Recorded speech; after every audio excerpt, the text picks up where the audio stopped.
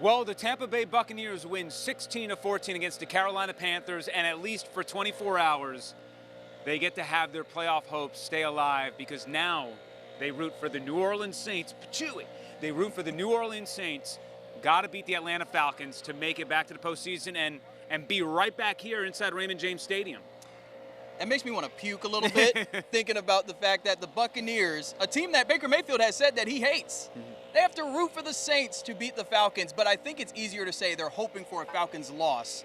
But this is what happens, right? You were able to control your own destiny just for this moment tonight, but you really have to hope for another team to win to get in, and that's not a situation this team wanted to be in at the start of the season. Yeah, and we'll talk the postseason if the Buccaneers get there. And in terms of this game, it's felt like Tampa Bay dictated the terms for most of this contest, yet it was only a 2-point victory, mostly because you have the missed field goal. You had 3 other field goals that worked in your favor. They couldn't find the end zone more than one time, but they went 8 of 15 on third down. The Buccaneers held Carolina to 1 of 8 on third down, and also the rushing numbers, while not gaudy yards per rush, they hammered that thing more than 40-plus times. They did. They dominated time of possession, which we talked about is one of the most misleading stats in football. But tonight it really did play a factor.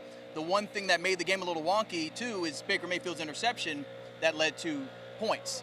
So you have a situation where, yes, they were dominating time of possession, but the score was kind of close because of mistakes from Tampa Bay, the blocked field goal that you mentioned, Baker's interception. First win this season when Baker Mayfield throws a pick, by the way, and maybe it leads them to the playoffs. And the thing is, walking off the field, watching this team, it could be the last time this season, but it also could be the last time we see Lavonte David suit up in a Buccaneers uniform, and in potentially his final game in a Buccaneers uniform, he gets a fumble recovery. He also ties Derek Brooks for tackles. He also joins Brian Urlacher and Ray Lewis for a combo of sacks and fumble recoveries.